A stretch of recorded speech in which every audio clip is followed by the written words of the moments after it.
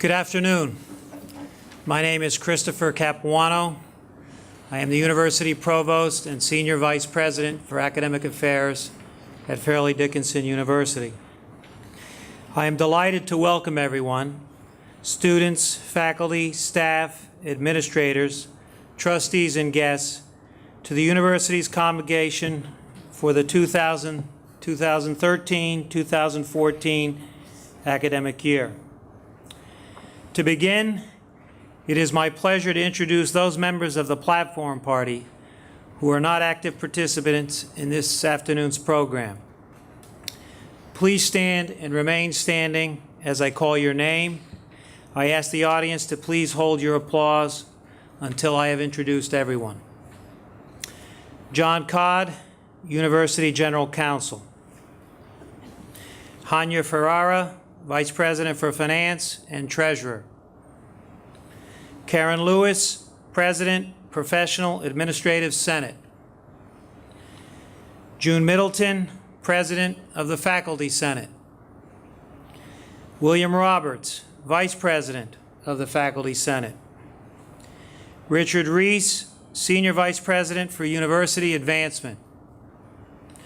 Richard Riccio, Vice President for Administration. Neil Sturm, Vice President and Chief Information Officer.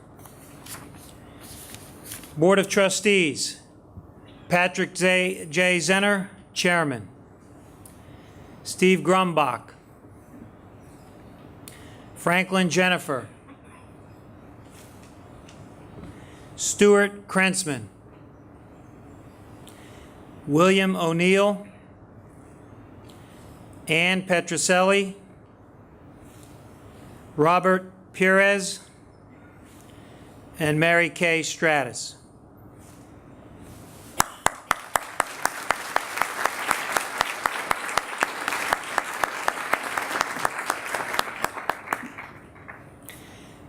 I would also like to introduce at this time the Dean of Students on each of our New Jersey campuses.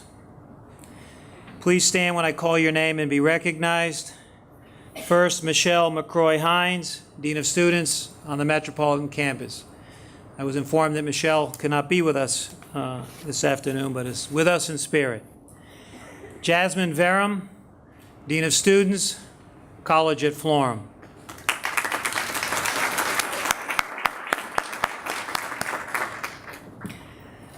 I would also like to recognize the leaders of our student government associations.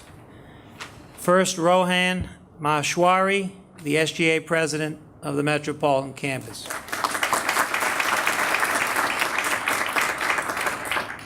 Rohan is an international student from India. He is currently a senior and an honor student majoring in computer science.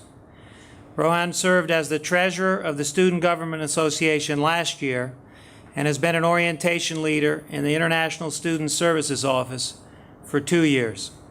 In addition, he is a teacher's assistant in the Gildhart and Oswald Hasse School of Computer Sciences and Engineering and a tutor for the Center for Academic Student Services.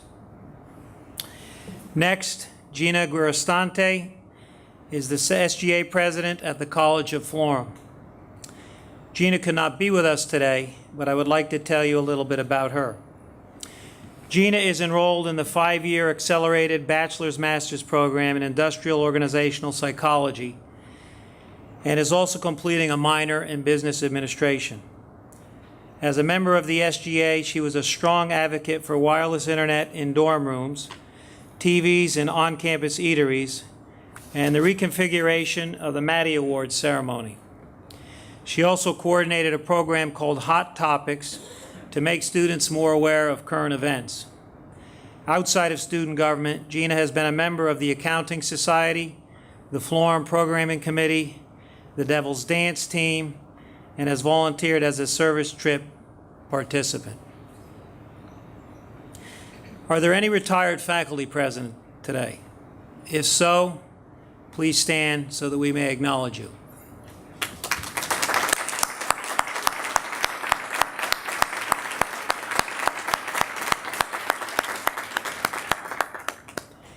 I would also ask you to acknowledge in absentia the faculty, staff, and students not in attendance today because they reside at other campuses. Our campus in Vancouver, British Columbia, Canada, FDU Vancouver, and our campus in England, Roxton College. It is now my pleasure to present the deans of our 4 colleges who will introduce their new faculty members. Faculty should stand when their name is called and remain standing until all names have been called in their college. I ask the audience to hold its applause until all names are read in a college. First, we have Jeffrey Wyman, Dean of the Maxwell Becton College of Arts and Sciences, who will introduce the new faculty in Becton College.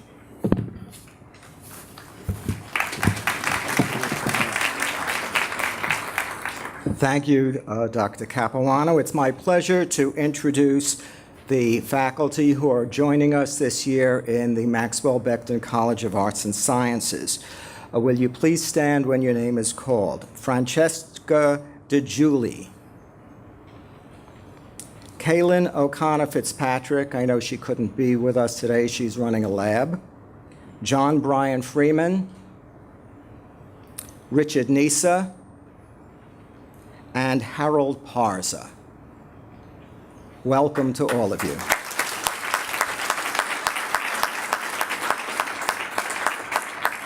Now I would like to introduce the Dean of the School of Pharmacy to introduce his new faculty, Michael Aveltroni.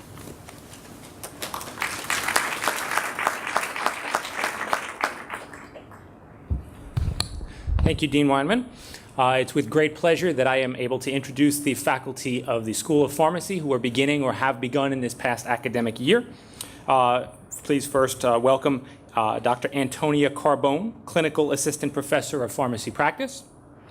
Nina Elk, Clinical Assistant Professor of Pharmacy Practice. Dr. Pamela Giordano, Clinical Assistant Professor of Pharmacy Practice. Dr. Stacy Hardillo, Clinical Assistant Professor of Pharmacy Practice. Dr. Abdullahi Mohammed, Assistant Professor of Pharmacy Practice. Tae-Yoon Park, Assistant Professor of Pharmacy Practice. And Sandeep Vansal, Associate Professor of Pharmaceutical Science. Welcome to each one of you.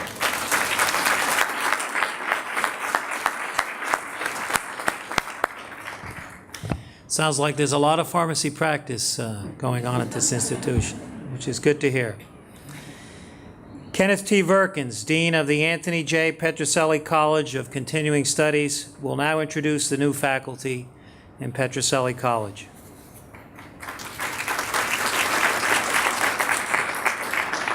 Thank you, Dr. Capuano, and welcome to the Anthony J. Petrocelli College of Continuing Studies.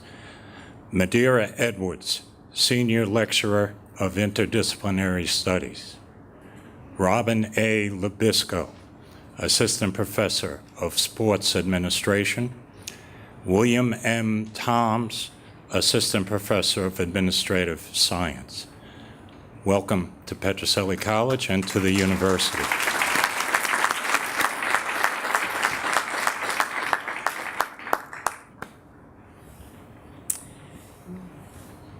Interim Dean of the Silverman College of Business, James Almeida, will now introduce the new faculty in Silverman College.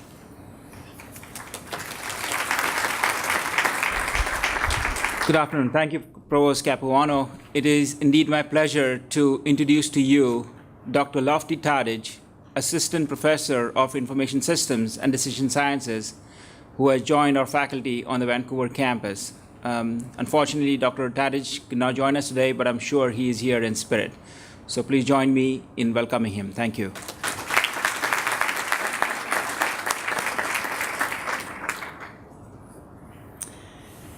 Patty Mills, Dean of University College, Arts, Sciences, and Professional Studies, will now introduce the new faculty in University College.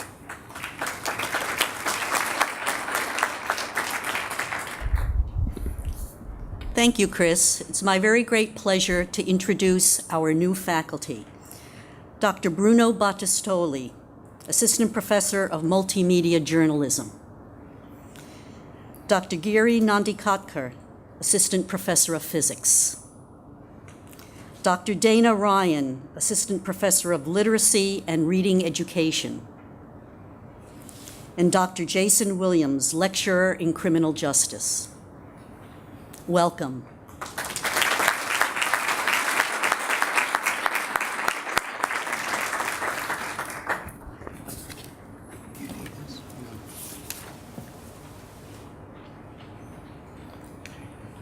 Good afternoon, everybody. Welcome to the Metropolitan Campus. I'm Joseph Kiernan, the Provost of the Metropolitan Campus. My assignment at this point is to introduce our president, Sheldon Drucker. It's an interesting assignment since he's been acting as president for at least the last 2 years, and almost everybody already knows him. I could take 10 minutes and read all sorts of things in Shelley's background and so forth, but I think we'll advance the program and save the time, and perhaps Shelley will use the time to explain to us why New York bagels are better than New Jersey bagels. President Drucker.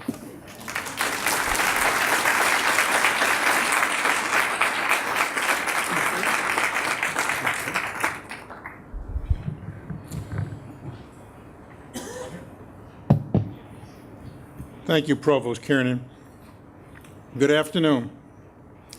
I'm pleased to be with you and welcome you to the start of what we hope will be a very successful year.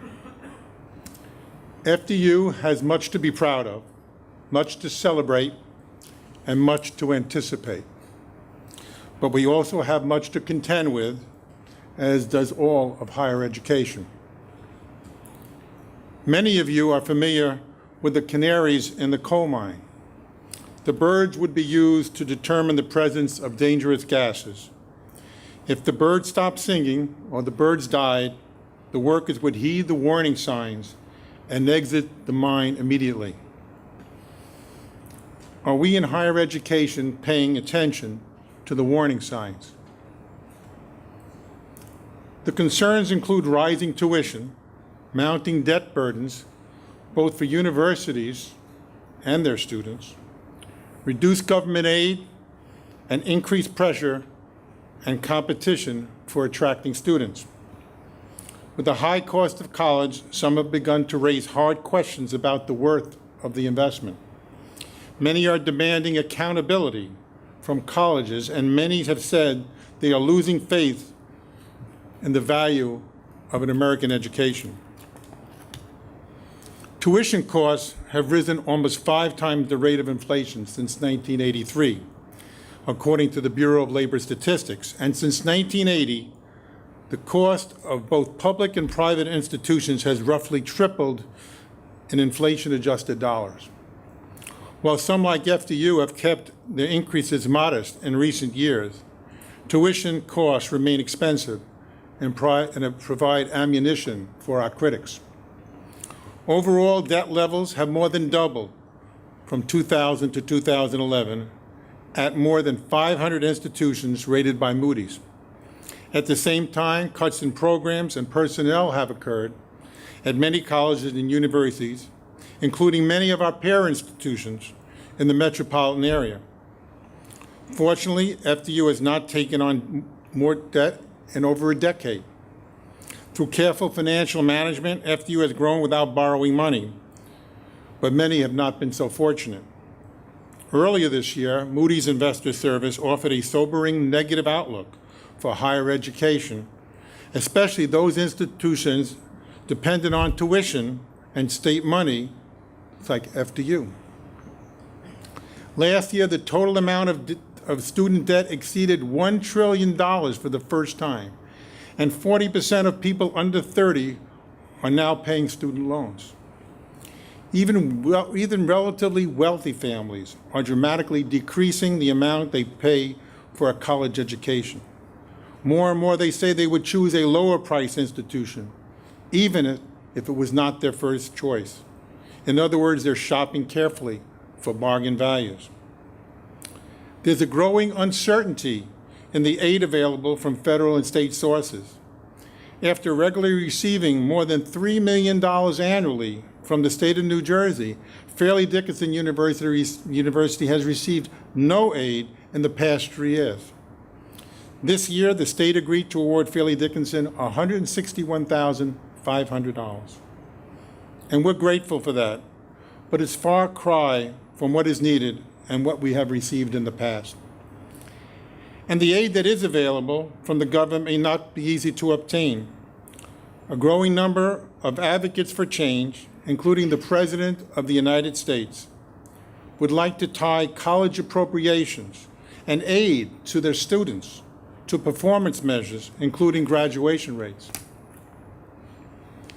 There are many other concerns, including the incredible rising cost of health care for colleges, the problems of deferred maintenance, and the increasing demands of providing premium facilities and modern technologies. Because these and other issues, it's no surprise that a survey last year by the Time magazine and the Carnegie Corporation found that 96% of the public and senior administrators of colleges believe that higher education is in a crisis. And in a survey this month by FDU's own Public Mind, they found that just about half of the New Jersey voters think that the cost of higher education is no longer worth it. The headlines daily alert us to the growing dissatisfaction. They include where higher education went wrong. Is college a lousy investment? Are we paying too much for higher education? Higher education, not what it used to be. Yogi Berra once said, the future ain't what it used to be. In the case of higher education, it seems that many think he may be right. The question for us now is, are we paying attention to the critics? Are we paying close enough attention to our students and their needs? Are we carefully paying attention to the canaries? Or do we think it's another case of alarmist rhetoric? For those who think that, let me point out that FDU's enrollment has dropped from last year, and FDU's total revenues are down from a year ago. This despite aggressive recruitment strategies, increased outreach efforts, and increased financial aid. I'm afraid we must do more with less, and we must reverse this trend despite all the external challenges. I was raised an optimist. My parents never attended college, but they believed that through education, one can build a better life and make important contributions to society. So I always knew that I was going to college, and I always believed that a college education was going to help me be successful. I do not doubt for one second the power and importance of education. But in nearly 2 decades of carefully surveying the landscape of higher education, I've never been more concerned about the future of the American university. I, unfortunately, believe there are institutions that will not survive this crisis. FDU, on the other hand, will not only survive, but FDU will thrive. And FDU will emerge stronger than ever. What makes me so sure that FDU will succeed where others will fail? As I said, I was raised an optimist. But having been here for nearly 2 decades, I know a few things about Fairleigh Dickinson University. From the incredibly talented faculty to our global mission, from a vast array of programs to our impressive portfolio of support services and benefits, we offer a great deal. But even more importantly, we have a long displayed certain traits and committed ourselves to certain values that have endured and will continue to endure. What makes me convinced FDU will survive and prosper is not so much what we offer, but what we stand for. We stand for innovation. From the time Peter Sammartino introduced his grand educational experiment in Rutherford, Fairleigh Dickinson has been courageous enough to jump ahead of the pack and launch bold new ventures. We've carried this onward with entrepreneurial initiatives like establishing a campus in Canada, a new school of pharmacy, and a cybercrime training lab. We stand for agility and flexibility. We respond to market trends with programs that give students a competitive edge, and we deliver programs when and where people need them. Take, for example, our many off-campus programs and our fully online degree programs like the MS in Homeland Security or the Masters for Sports Administration, or consider programs like the MBA and the MS in Accounting for Orthodox Jews in Lakewood and Montville, whose schedules demand flexibility. Or consider the MAS program for diplomats, or our degree completion programs for the National Football League players, and there's so many other examples. We stand for accessibility and opportunity. This has been a trademark of our institution from the beginning. Look at our nationally renowned support services for veterans, or Puerto al Futuro for Spanish-speaking adults, and Latino Promise for Latino students. We help these students overcome barriers. We also stand for transformation. This summer, I was at Roxton College for the reunion of the class of 1968. It was incredible to talk to these alumni and learn about the university and the profound impact it has had on them, and how Roxton changed their lives. There they gained a global perspective that propelled their careers and influenced them throughout their lives. But Roxton is not the only vehicle for transformation at FDU. Whether it's a study abroad program, a lecture by a global virtual faculty member, or dinner with the UN ambassador, we offer incredible landscape of opportunities that open new worlds to our students. We also stand for resiliency. FDU has known hard times. We have known challenges. We saw enrollments drop significantly at one point, from 23,000 to 8,000. But we overcame that. We saw financial struggles mount, and we made tough decisions to close our original campus. But we overcame that. I remember coming on board soon after Rutherford was closed, and I remember the concerns many had about just funding basic operations and paying the payroll. But we overcame that. We righted the ship and produced 14 consecutive balanced budgets. We are truly resilient. I not only believe in these enduring values at FDU, but I believe firmly that there is an urgent need for the university. There's a need for our mission. There is a need for our students in the world. So there are challenges, and there are enduring values that we will bring to that battle. But what do we do now? In this challenging environment, we have an opportunity to set ourselves apart, but it won't be easy. There's an old Latin proverb that says, if there is no wind, row. We have no winds at our backs, but we will row. Throughout this fall, I will be meeting with faculty, students, alumni, and staff to discuss our ideas their ideas and my ideas for the future. I also set up an online questionnaire to gather input on what we would do and what we can do better. With your input and collaboration, a new strategic plan will be drafted, which will identify a clear roadmap to deal with our challenges and elevate our institution. Together, we will chart a course. Together, we will dream a vision of the future, and together we will make that dream come true. Together, we will define our future. But what about today? What about right now? The future begins with the efforts of each of us in this room and in our community. The future starts with our faculty. You are the leaders in the front line. You are the prime forces shaping student lives and careers. You represent and define an FDU education. How many of you remember the president of the college you attended? I sure don't. But I remember my faculty. They changed my life. And so I ask you to do what you always do and do it as well as ever. And I will support your great work to the very best of my ability. As you engage in the classroom, I will be sharing your work, sharing our story with all who will listen. I will focus approximately half my time on raising funds and generating new sources of revenues for the benefit of you and our students, with emphasis on raising money for scholarships that make FDU more attractive and within the financial means of our students and their families.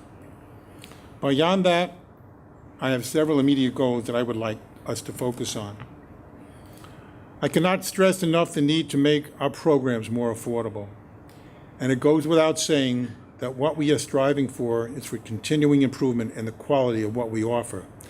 We may need to consolidate, reorganize, and restructure some of our operations. And we will need to invest in programs that offer high returns on those investments. There are some specific priorities.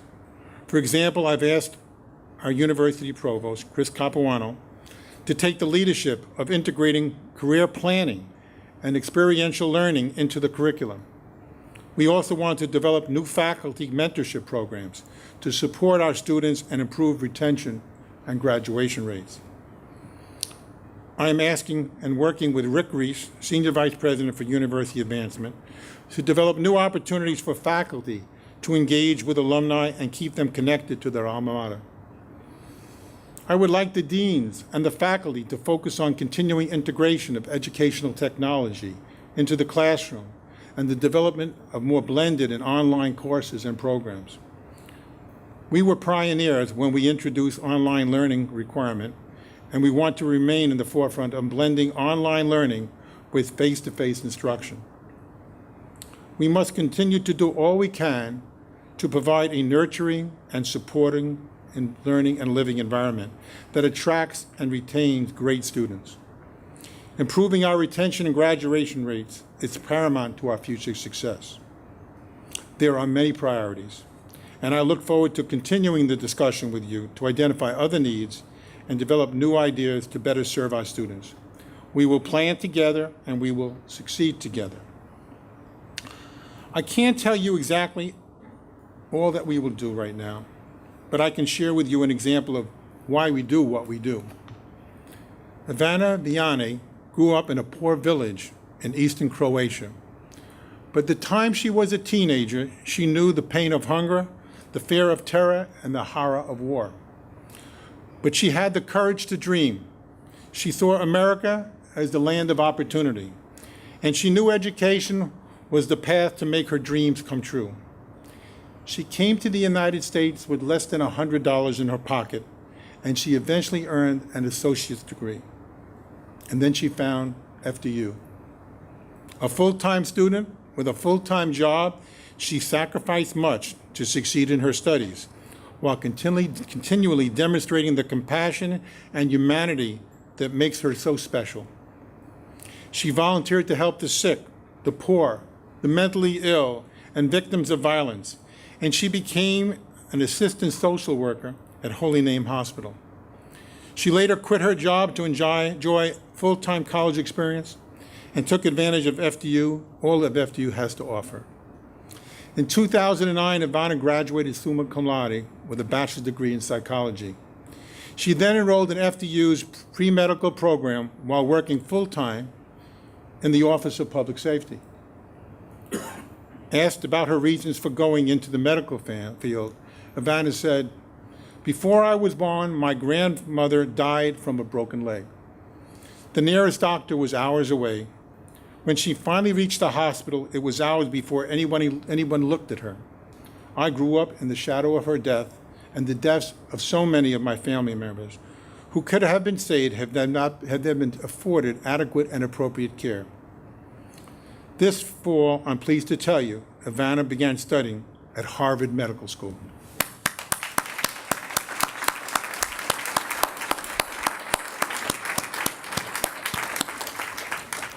I spoke to Ivana on Monday.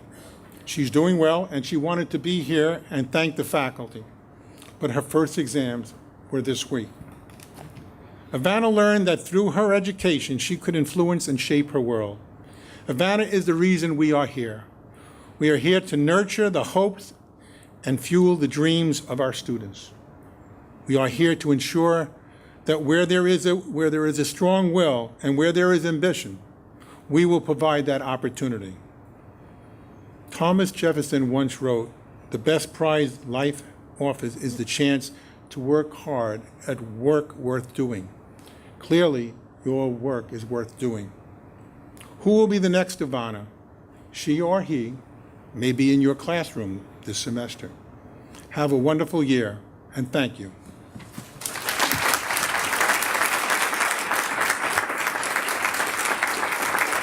Dr. Capuano?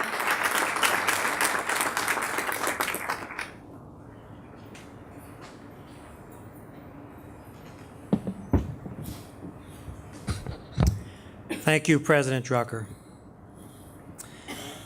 I am now pleased to present the recipients of the 2013 Distinguished Faculty Awards. As in the past, this year's recipients are being honored for their outstanding achievements and contributions to the university community.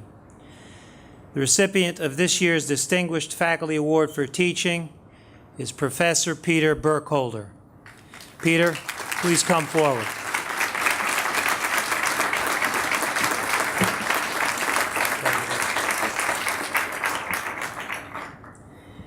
Peter Burkholder, Associate Professor of History, Distinguished Faculty Award for Teaching.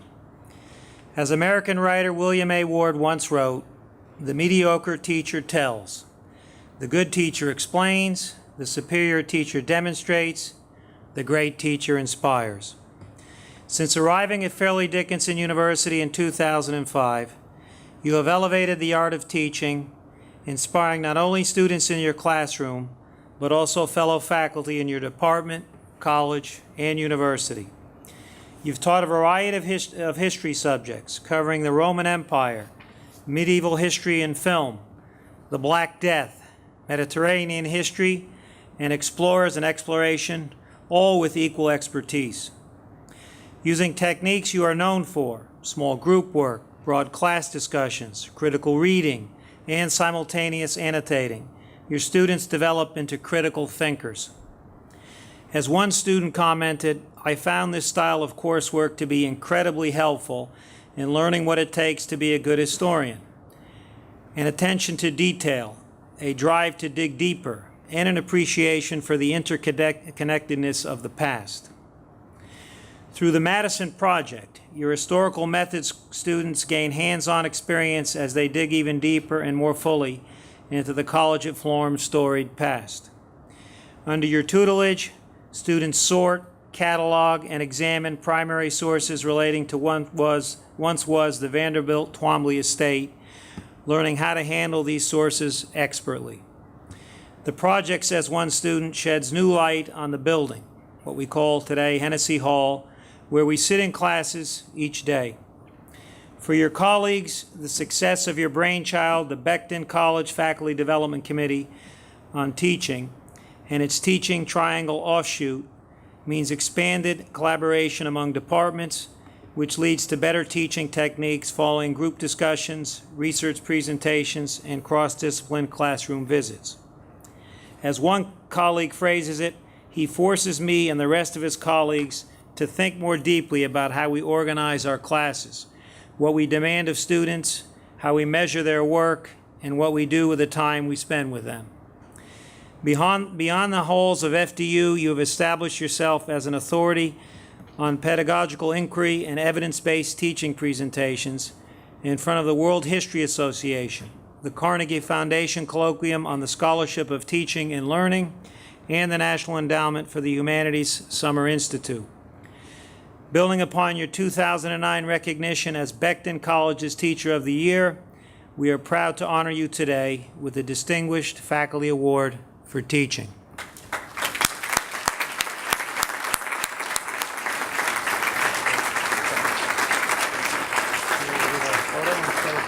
Sure. It's in your way? Sure. Sure.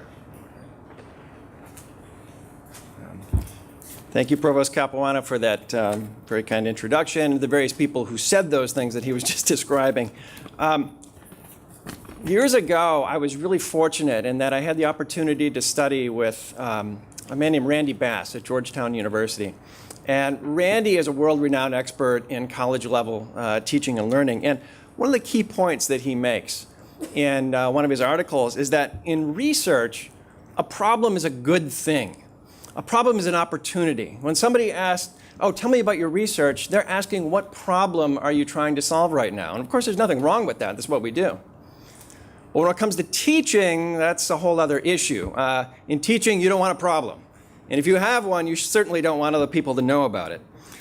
And Randy says, I think he's quite right, that that's really too bad because in teaching, problems also represent opportunities, and we're trained to solve problems, using evidence-based techniques.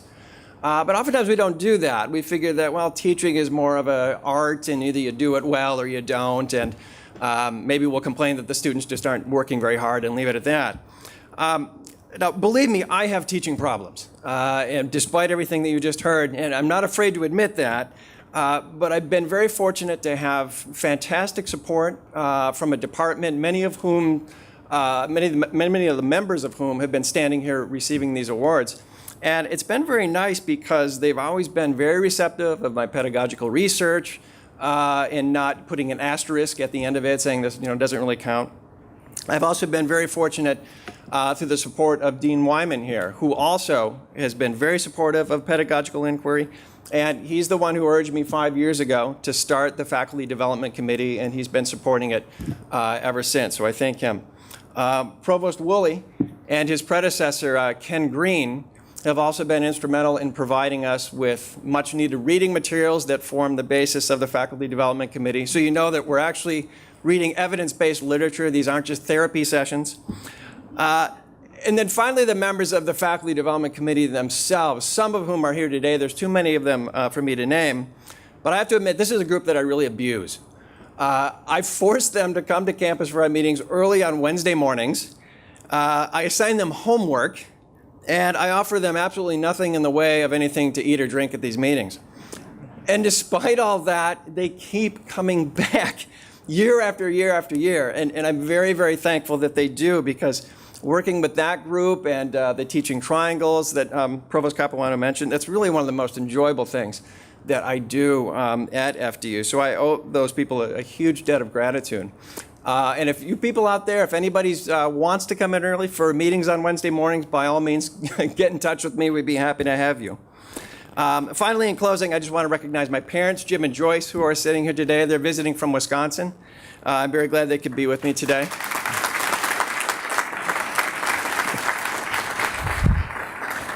As well as a woman with a camera, my wife Martha, on her anniversary, no less. So I'm glad she could be here. Thank you. Thank you.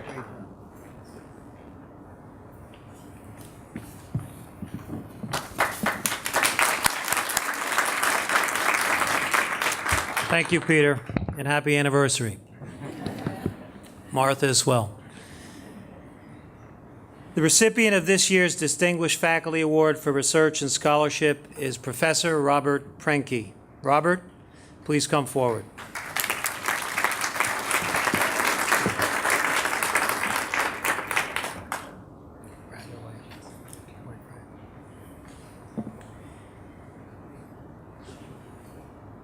The Distinguished Faculty Award for Research and Scholarship goes to Robert Prenke, Professor of Psychology, Director of the MA Program in Forensic Psychology, Distinguished Faculty Award for Research and Scholarship.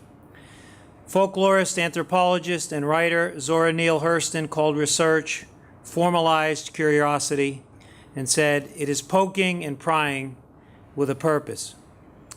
The purpose of your academic poking and prying, Robert Prenke, is part of an ongoing effort to understand the psychology of sexual offenders, the causes of sexual violence, and the coercive nature of sexual behavior. Your research interests range from child internet safety and child pornography to female adult sexual predators, to developmental psychopathology, to recidivism rates, to human sexual aggression. You have spoken on these topics and more in front of prominent colleagues and thinkers at annual meetings of the American Psychological Association and British Psychological Society, the National Conference on Sexual Victimization of Children, the International Association of Law and Mental Health, the American College of Forensic Examiners, and the American Psychology Law Society, among others. One colleague remarks that your overall research program has been truly exemplary, and that your presentations are first-rate in clarity and value. Since 2007, the year you started teaching at Fairleigh Dickinson University, You have published 13 scholarly articles on topics ranging from sexual predator laws to rape drugs. Currently, you have 1 manuscript under review and 3 in the preparation stage. In studying this sensitive and grim subject matter, you developed the only validated typology for sex offenders and the most prominent and most validated risk assessment for adolescent sex offenders, this according to a fellow professor and collaborator. He calls you the preeminent psychologist, researcher on issues relating to the sexually violent predator legislation enacted in many states. Part of being an exemplary professor and researcher is taking findings beyond the realm of academia. As a forensic consultant and examiner, you've evaluated more than 2,000 adult and adolescent sexual offenders over the past 30 years. Both defense attorneys and prosecutors have looked to your expert testimony in more than 200 cases. This expertise translates back into the classroom. As students learn about abnormal psychology, forensic psychology, psychopharmacology, criminal responsibility, psychology in the law, and psychology and criminal behavior in your classes. Your research informs your ability in the classroom, raising your performance as an educator to the very highest level. It is our great pleasure to bestow upon you the Distinguished Faculty Award for Research and Scholarship. Congratulations.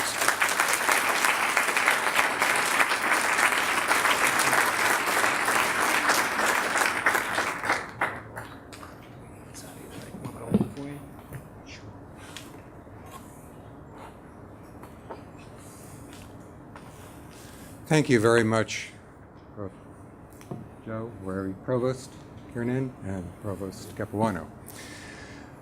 I'd like to preface everything that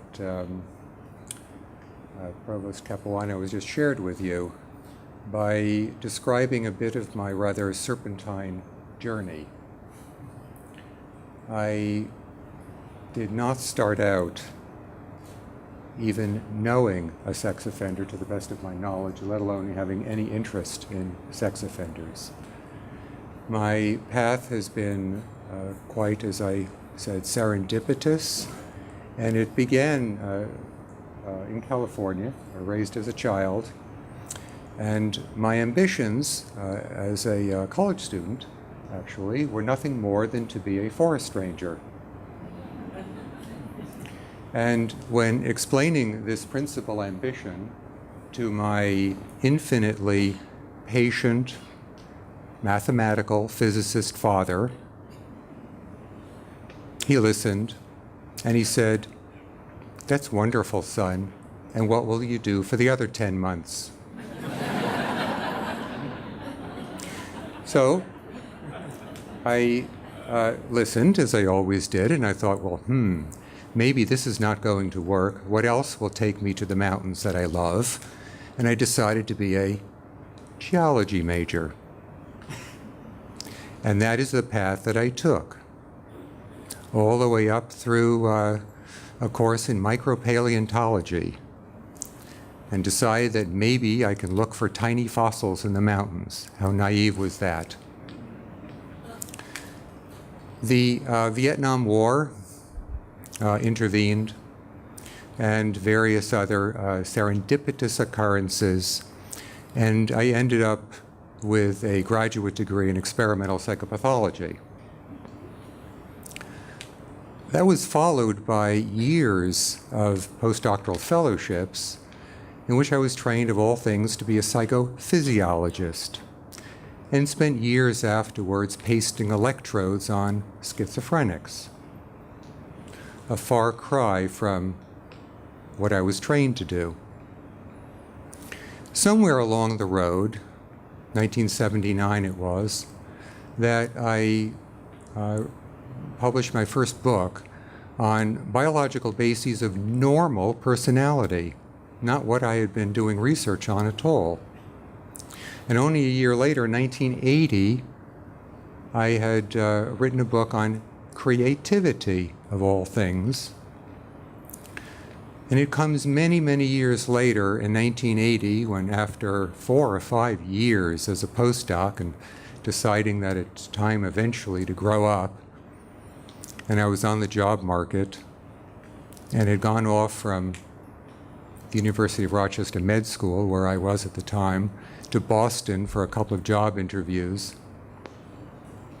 I ended up applying for a job which took me to an odd place that I'd never been in my life before. It was a prison.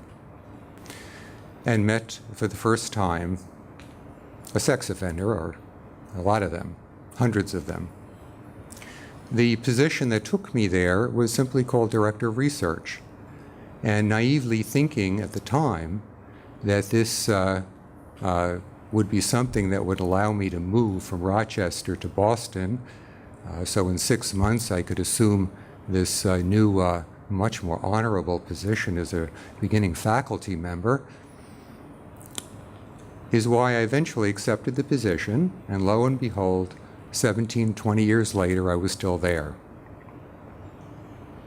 There was something that I found profoundly complex, but equally profoundly demanding about the problem of sexual violence.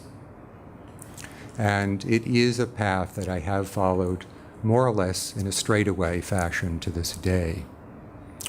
But all along, I can't say that my rather eclectic interests, in which I define myself as little more than a dilettante, have varied considerably, even within the area that you would generally think of as homogeneous, meaning sex offenders. So it has been, as I said, a long, unusual journey, but one that I'm very grateful for, and one that I found infinitely rewarding. On a funnier note, there is something that I do find magical about data.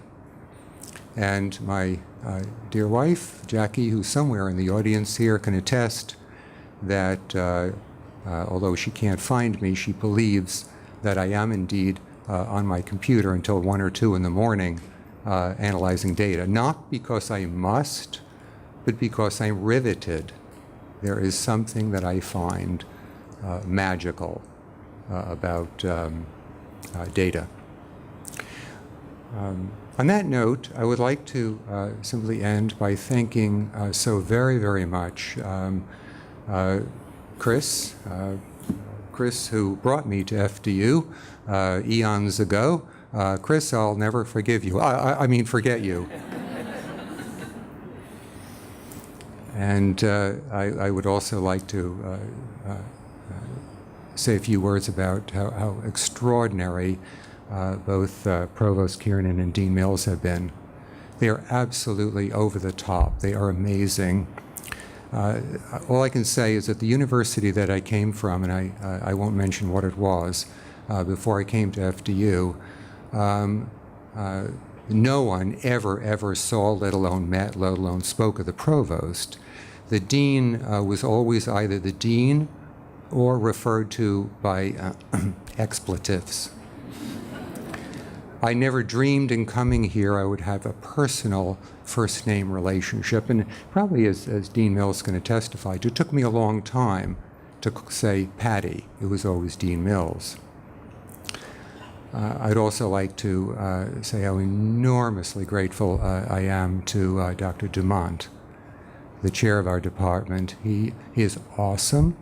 I can't imagine having a chair that I would love more than Dr. Dumont. I mean, who else would take such meticulous care at framing 30-year-old letters from self-actualizing serial killers?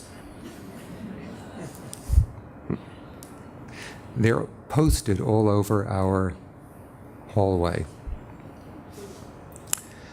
Although I don't know if Jane is here, Jane Chambus, I would also like to say Jane, too, is absolutely awesome. Jane is worth her proverbial weight in gold bullion to FDU. And she has been absolutely amazing. And I've worked with many grants managers in the past, many, and she is outstanding. She eclipses them all. Finally, I would like to, of course, just say thank you very, very, very much to my lovely wife, wherever she is, somewhere in the audience here, Jackie. Oh, there she is, over there, right in front of me. I'm looking into one of the Klieg lights, so I can't see you. I know that I have great confidence, in fact, that you're all far, far more supportive of me than I am of myself. Thank you very much.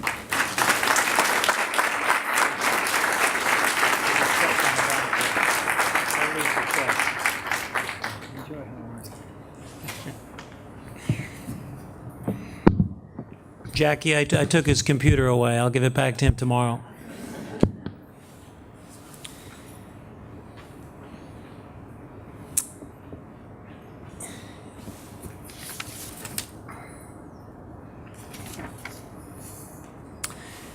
Next, I'd like to call Professor Kiran Sharma, who is receiving the Distinguished Faculty Award for Service. Kiran?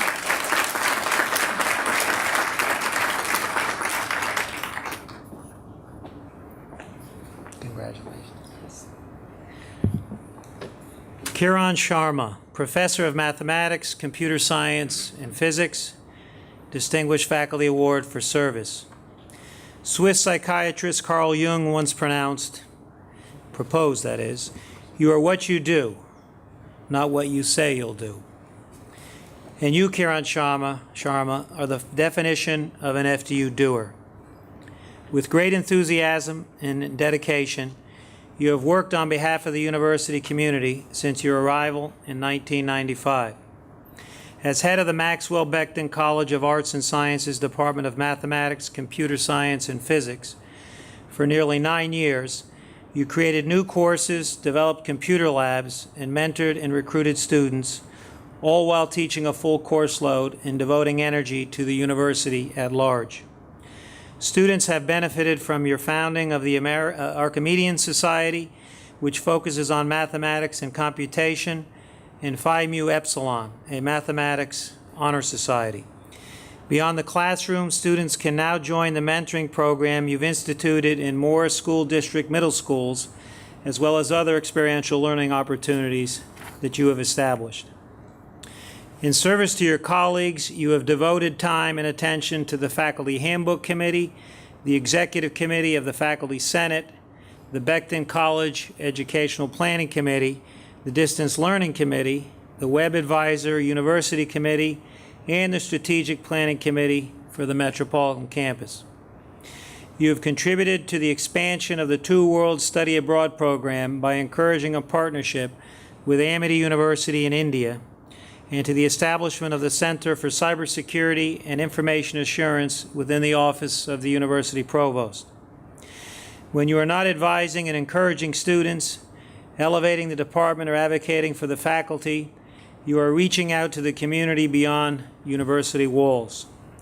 These outreach initiatives include professional development workshops aimed at elementary and secondary school teachers, under the umbrella of the Institute of the Enhancement of Math and Science, which you co-chair.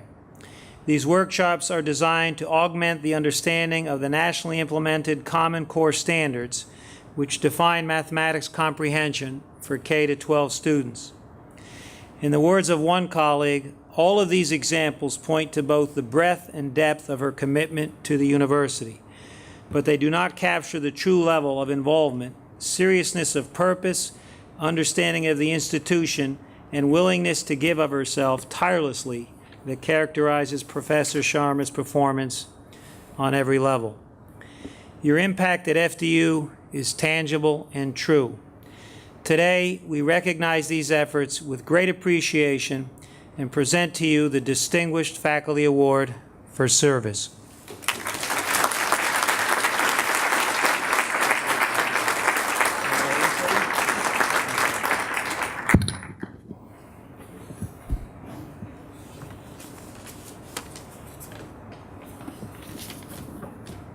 Thank you, Provost Caprano.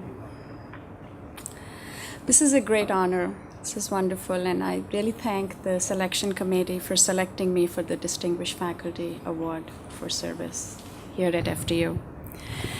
And as President Drucker just quoted, the best prize that life has to offer is a chance to work hard at work worth doing. To me, it's a pleasure to come to work among so many lovely, wonderful, and committed people. I wouldn't be standing here without the support and encouragement that I've received from my seniors and my colleagues. Starting from Peter Falley to Ken Green, I've derived strength to challenge myself at every step. The late President Adams, his brilliant vision of global education. Professor Wagner, who's been my mentor, and he's always been a voice of reason. Dean Weinman has encouraged me to build on ideas that I bring forward each time. He's been helpful and supportive in all possible ways. From Provost Creenan, I have learned to appreciate the complexities that face institutions of higher education. And from my Senate colleagues, I've learned the importance and strength in shared governance. To my most amazing departmental colleagues, intelligent and smart, thank you for your trust and your support all the time. Leila, Merrick, Juliana, Jawad, Bob Mayans, Parvin. I just cannot thank each one of you. We have, putting in tireless hours for so many endeavors over the years. I've participated in many collaborative projects with colleagues across 4 colleges and it's been a thorough pleasure working with everybody on wonderful things together. I thank President Drucker for his leadership. And I also thank Provost Capuano, Provost Foley, and Provost Kiran for continued support. None of my accomplishments would be possible without the blessings and support of my parents. My mom, who passed away last year, I think of her every day. My dad, always gently pushing me to achieve higher grounds. He called me today to congratulate me, and his question, follow-up was, what next?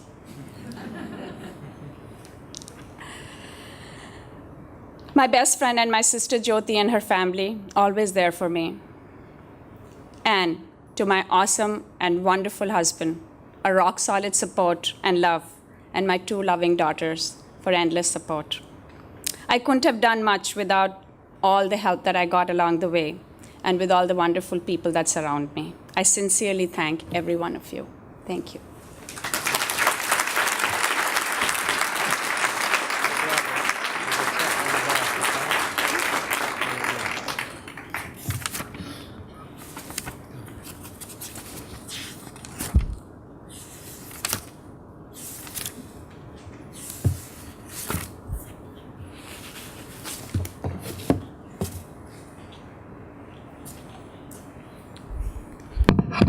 Okay, I'm back for the Pillar Awards.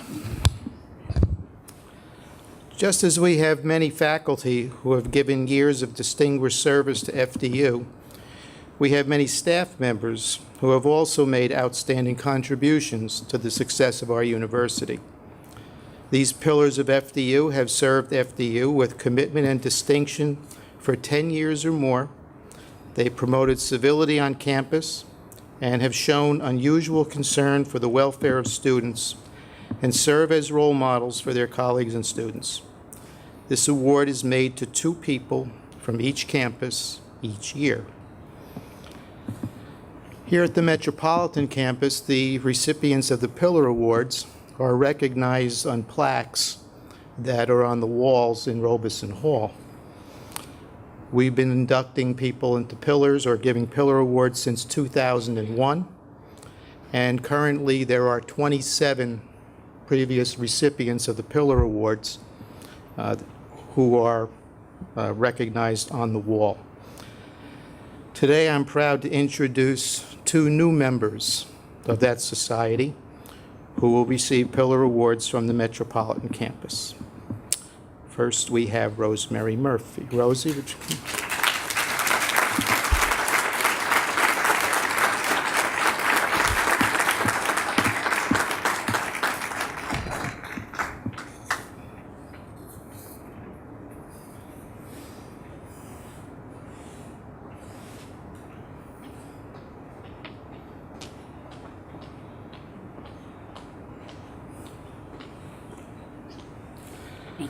Okay. Rosemary is the administrative assistant in the Regional Center for College Students with Learning Disabilities here on the Metropolitan Campus. She has been a dedicated FDU employee for more than a quarter century. She started in the president's office in 1987 and moved to the Regional Center in 1990, where she manages so many facets of the operation that she has become the heart of the program. She is known for her strong work ethic and her long days, but she's even more renowned for her sensitive, friendly manner and her willingness to help everyone who needs a hand. And her students are like members of her extended family. Now, I remember President Adams used to say that when you give these awards, try to make it personal. So I'm going to break from the script, and where it says members of her extended family, let me tell you what that means. This is the mother of 10 children, 4 of whom are FDU alums, 22 grandchildren, and 16 great-grandchildren.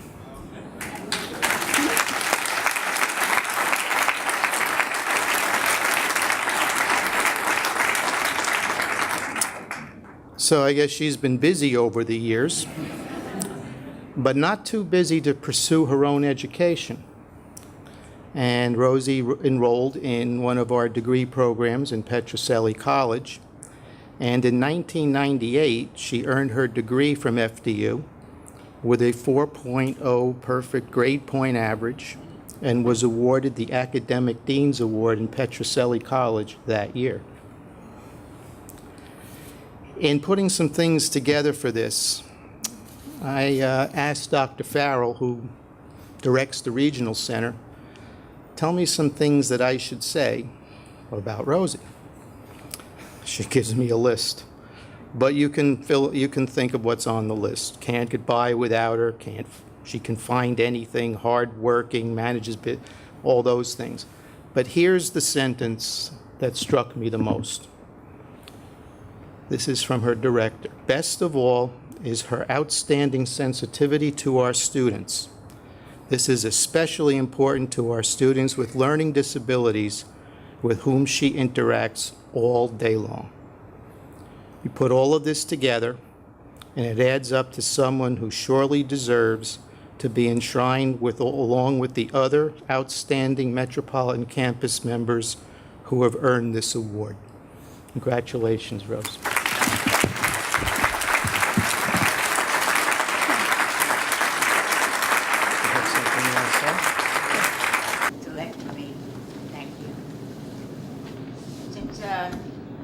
I heard about the award when I was notified.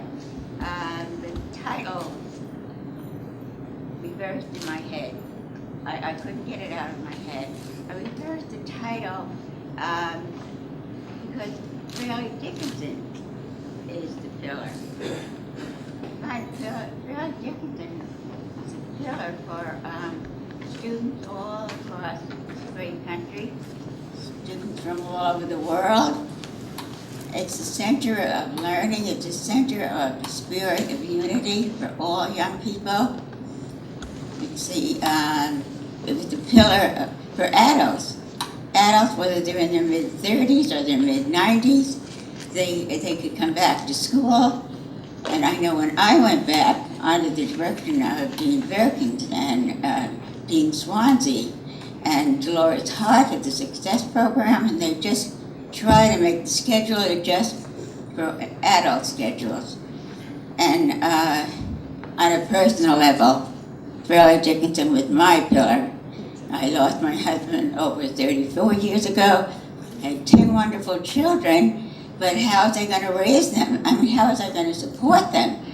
Who is going to hire a 50-year-old homemaker who has been in the business world for over 25 years? Fairleigh Dickinson hired me. Fairleigh Dickinson was the reason I was able to continue to raise my children, and not only that, it ensured a college education for all my children. So Fairleigh Dickinson, most of all to me, finally, the pillar of Fairleigh Dickinson, regional center where I had gone to work after the president's office, and the Regional Center for College Students with Learning Disabilities under the excellent direction of our university director, Mary Farrell, and our campus directors, Barbara Burns and Bill Pizzuti in Madison, and our coordinator, Grace Hottinger. It's just so wonderful to see all these young students come in who have been diagnosed with a learning disability like dyslexia, and our wonderful learning specialists. Oh, they're so dedicated. Barbara Burns and Sharon Fleischer and Michelle Myers and Denise Cateo and Stephanie Hoppes and our retired directors. I remember the Vinnie Barassi, our retired learning specialist, Kathy Ovelli. What an influence these young people had, and it was to watch them emerge with such confidence and emerge with a college diploma, and so many of them graduated with honors and on to graduate school. It was just a joy to watch. And so finally, I just thank everyone for this wonderful honor.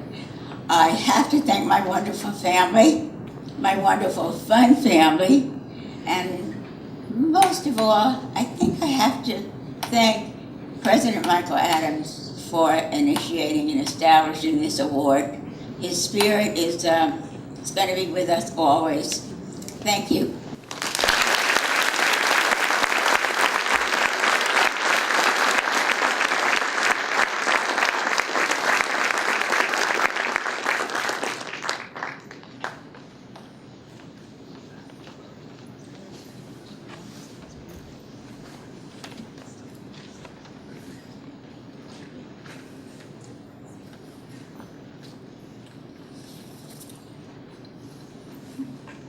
Leah.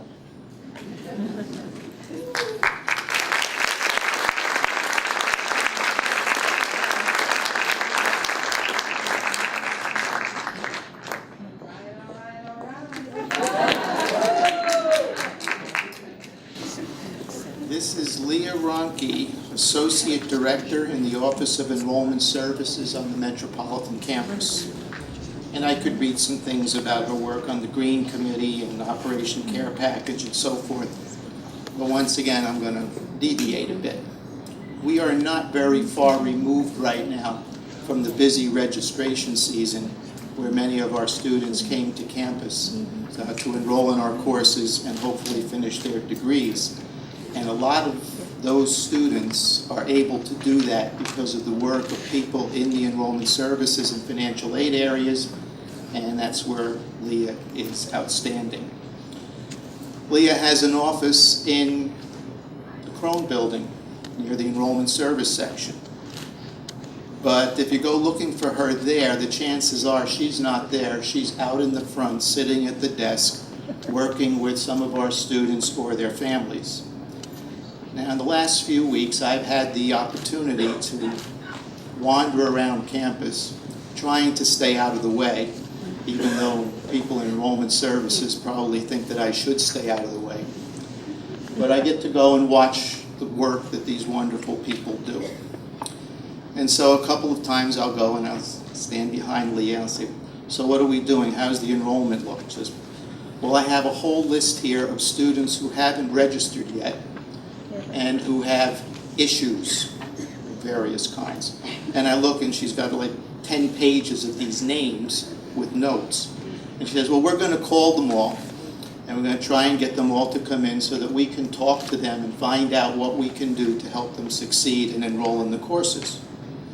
And I'll go back a couple days later, see how are we doing with that, and I'll look at the list, and there are these check marks next to all the names.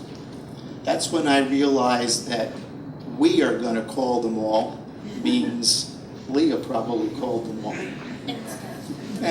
and with help. Then you look at the clearance list. And you say, okay, what do we got here? And you stand behind and you watch some of these wonderful people at work. A large number of our students are first-generation students who come to us with questions about financial aid, billing, things like that. And the staff in that office sits down with each one of them and tries to figure out what will we do. The conversations are sometimes interesting to follow. Okay, I'm going to take you down to financial aid and they're going to help you with this or this or this. Well, okay, that's all we can do with financial aid. There's still an outstanding bill. I don't know how I'm going to pay that. Well, all right, let me talk to you about different plans that we have to make it possible for you to be here at FDU. And sometimes even you have the really hard ones. I'd like to be here, but you borrow too much money. This is not a good idea. An FDU degree for you probably is on another path. You may need to go to a community college and save some money and then come back to see us. These are the kinds of conversations that go on. And I have to tell you, the whole area of financial aid is confusing to me, and I've worked with it for quite a while. To a first-generation family, it's got to be even worse. And I remember standing there and watching these people at work and thinking to myself, I'm thinking about commencement. Commencement's beginning of the semester, commencements. But commencement is the culmination of what we do here. When our students are able to complete our degree programs, walk across the stage, and receive degrees from us. Now, if you think about our commencement ceremonies, there's a point there where we ask the students, and as a group, we recognize the families of the students. Students stand, clap for their families, and certainly their families have done a great deal in terms of sacrificing to get the students to that point. And then we recognize the faculty. Wonderful faculty. They design the academic programs, they teach the courses, they mentor the students, they tutor the students. The faculty got them to that point. But then it occurs to me that beyond those two groups, how many of those students would not have been able to reach that point of commencement without the aid and advice of some of our staff members who work on the front lines, who explain to them how they could make it possible for them to come and pay their bills, which by the way pays all of us, and achieve their goals of an FDU degree. All of those people are pillars in my book. But this lady stands tall in that group, and she really deserves this award.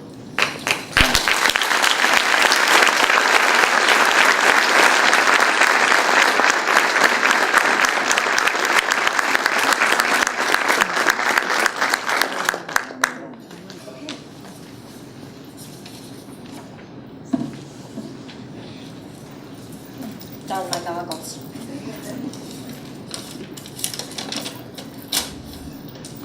Thank you, Joe.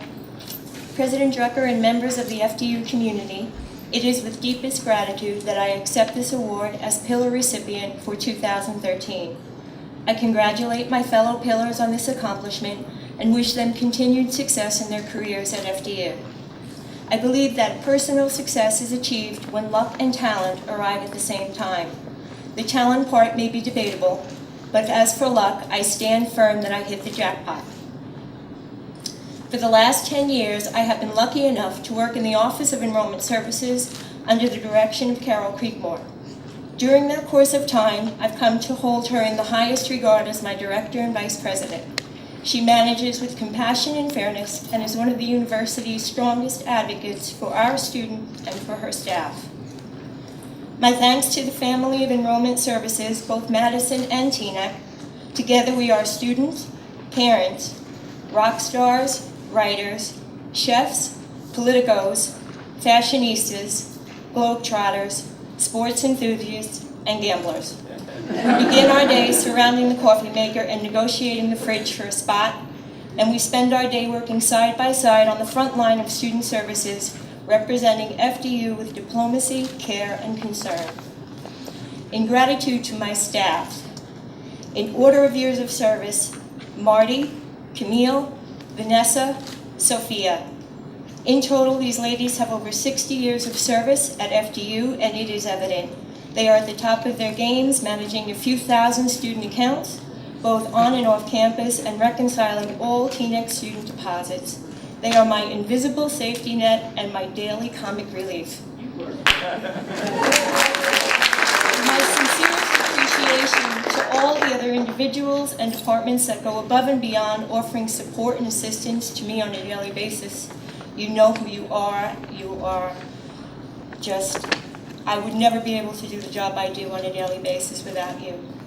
Last but certainly not least, to the students, for choosing FDU, for sharing your trials and triumphs, for approaching your education with responsibility and dedication, for allowing me to be part of your academic achievements, I thank you.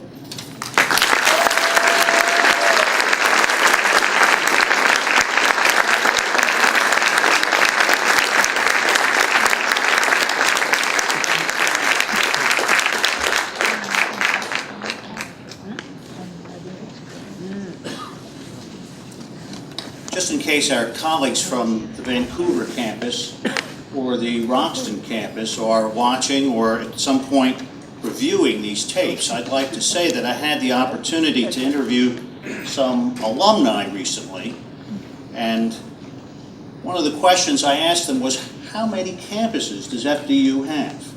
And this was very amusing because it became the subject of spirited debate. But never more so than when one septuagenarian leaned forward and said finally, he thought there was more than one campus. And I asked him, well, where is that?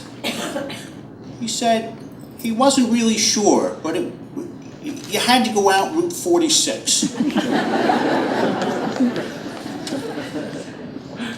Good afternoon, I'm Peter Woolley. I'm the provost of the campus somewhere out Route 46. I'm also pleased to recognize two pillars of that campus. The first is Christina Jones.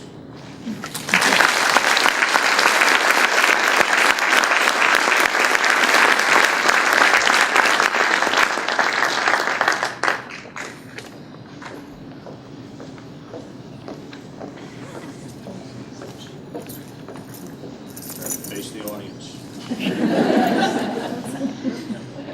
A member of the FDU community for more than 10 years, Christina has served with distinction the EOF program, which provides support for New Jersey students from educationally and economically disadvantaged backgrounds. Christina herself attended college with the help of a similar program, and she now has a relentless commitment to help others have the same opportunity. A counselor, a mentor, and a special role model, Christina herself has earned 2 advanced degrees, has inspired countless students to set high academic and personal goals. Students always respond to her concern and her warmth and passion. Many of her students, in fact, bring their friends to Christina for help, and she never lets them down. A dynamic presence on campus, Christina attends student events in the evenings and weekends. She orchestrates community service opportunities for the students, participates in numerous charitable events. She's a member of many committees where her clear understanding of student issues brings great value. For so well representing FDU and for serving as a guiding light for so many students, we're pleased to present her with this Pillar Award.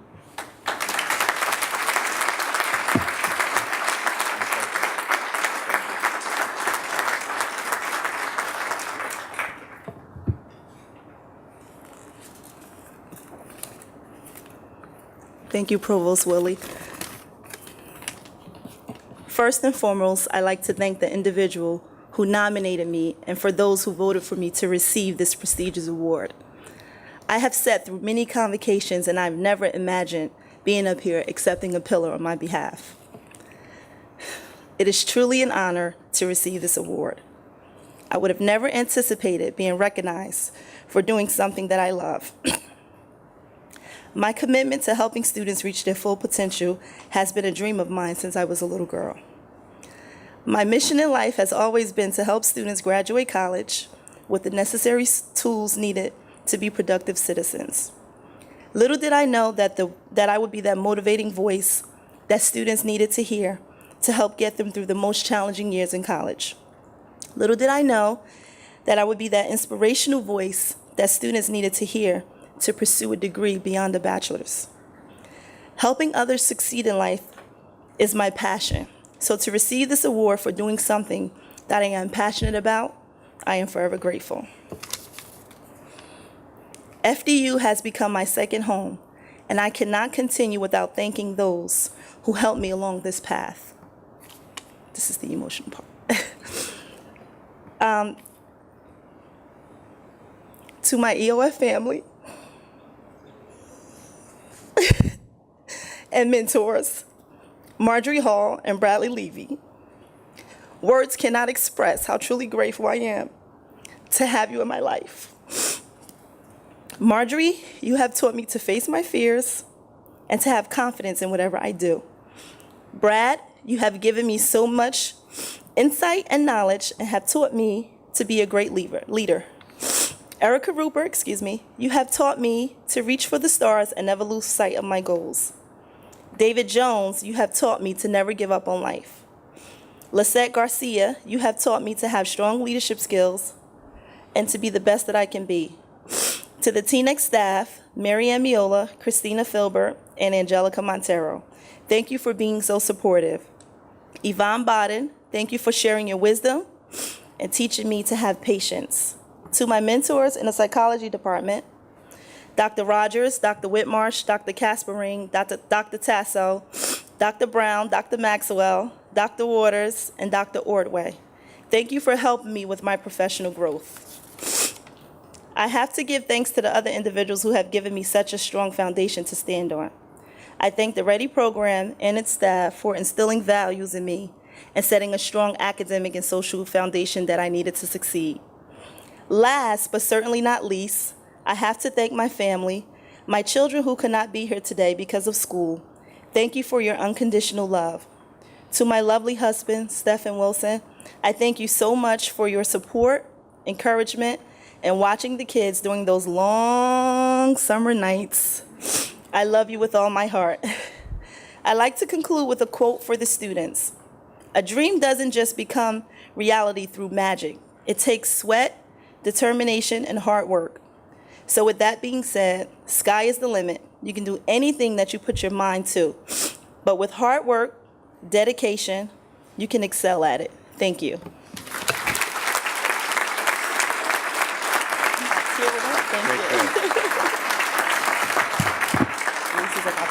Yep. And now for something completely different. Roger Kindle.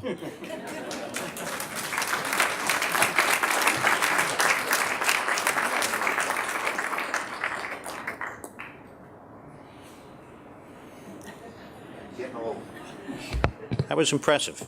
Thank you. You can read this, man. I don't have my glasses, I can't read that. I have these notes, I can't even read them now. Really? Waste of time.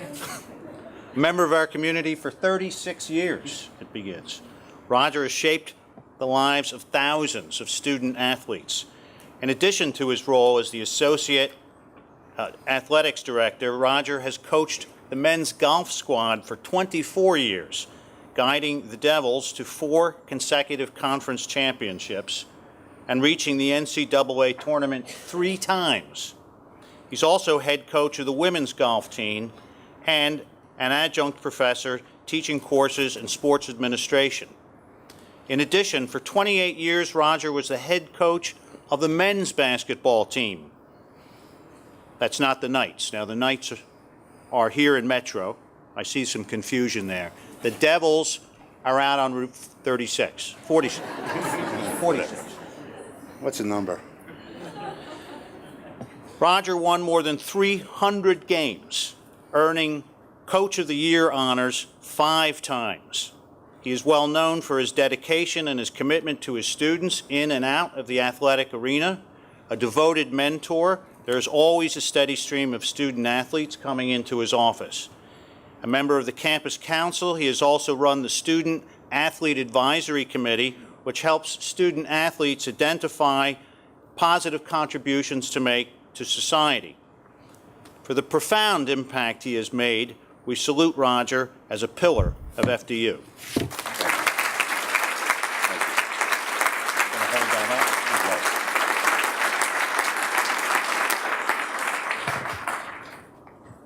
Like I said, I have notes, but no glasses, so these are useless. Just want to let you know I started working at FDU when I was 5. It's been a great run. And I really appreciate Dr. Woolley for not mentioning my GPA in undergraduates. Thank you.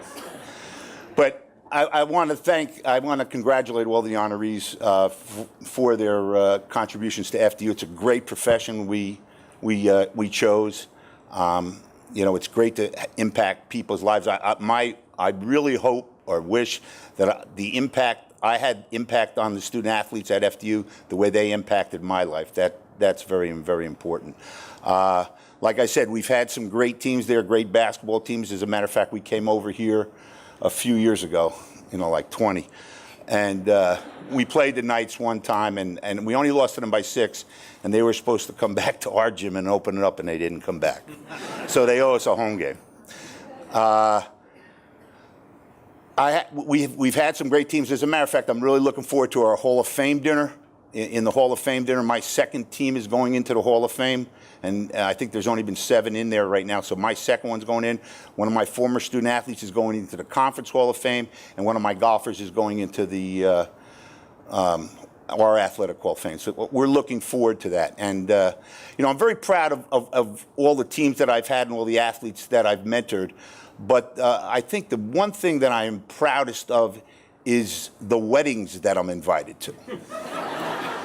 I'm invited to some more weddings, and I really asking Dr. Woolley if I can start expensing them, because it's not cheap, trust me. But it's great to see what these student athletes turn out to be. They come back, and it's just great when they come back. They're a team again. It's phenomenal to see, and I really appreciate the Pillar Committee for selecting me. I guess I just outweighted everybody and got the award. But you know, congratulations, and this is a great honor. I really appreciate this, and it's a great university.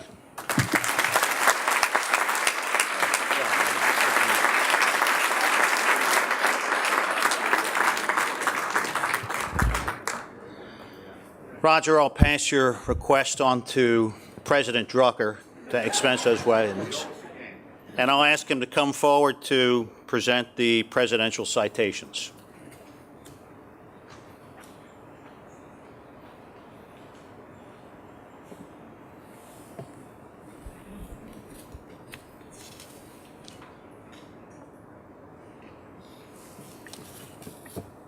It's now my honor to continue the tradition started by President J. Michael Adams and award presidential citations to outstanding individuals who have successfully led an important program or process that advances our mission and provides our students with new opportunities to succeed. Christine, Teresa, would you please come to the podium?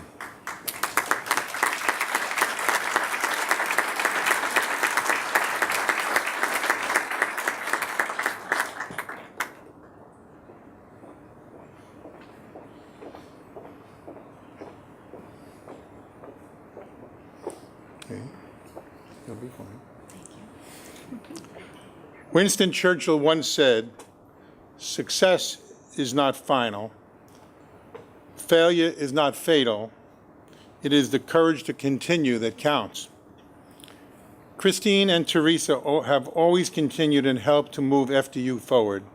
No matter the challenges, they are truly unsung heroes of Fairleigh Dickinson University. and I'm very pleased to recognize their remarkable hard work and their persistent optimism and their relentless determination. Specifically, we honor Christine and Teresa for their extraordinary work to run the Endeavor course evaluation system, which has been a major part of our academic life at FDU for decades. In fact, most of the senior faculty have been granted tenure, at least partially, on the basis of the scores they received on the Endeavor. The task of managing Endeavor is a monumental one. It involves, among other things, processing thousands of forms at several stages before they are sent to schools and departments, afterward for scanning and generating reports, and then finally returning them to the faculty. Along the way, Christine and Teresa regularly cope with challenges relating to technology and software. When the process outgrew their work, they somehow secured a new area for their operation, furnished it themselves, and kept Endeavor functioning. Christine and Teresa devote mornings before work, evenings after work, and their weekends to scanning, running reports, printing, and everything that's associated with managing this complex situation. And they do it all with exemplary patience, great sense of humor, and infectious positive spirit. For this incredible effort in implementing this important initiative, I'm privileged today to present the Presidential Citation. Thank you, Christine and Teresa.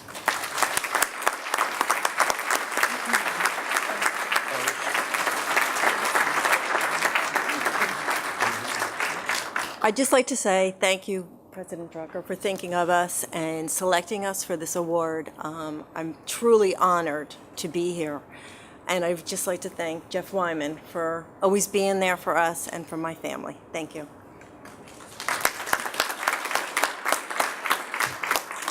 I too would like to thank President Drucker for selecting us and selecting me for this prestigious award. And I also like to thank Jeff Wyman for his support and for my family. Thank you.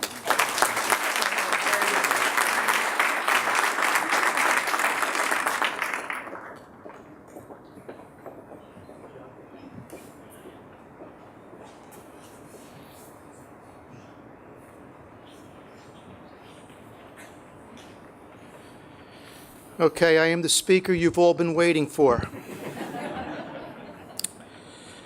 But there's a little bit of housekeeping. First, any of the honorees who did not have their picture taken, please report to Dickinson Hall 1170 when the proceedings are over so that that can be done. Convocation is a year-round planning process that takes an awful lot of work on part of many people. I'd like to especially recognize Michelle and Joan from my office.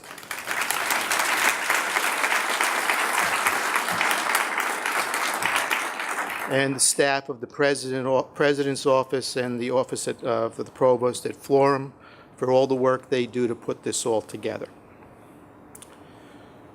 Thank you. Well, congratulations, honorees. Thank you all for coming to the 2013-14 Convocation. After we recess, please join us for a reception that's going to be held in the Rothman Center next door. That means food. I wish you a great academic year. I ask you to remain seating until the platform party and faculty have exited, and I invite you to attend the convocation in 2014 at the college at Florham, where Provost Woolley will deliver the closing remarks. Thank you and have a good day.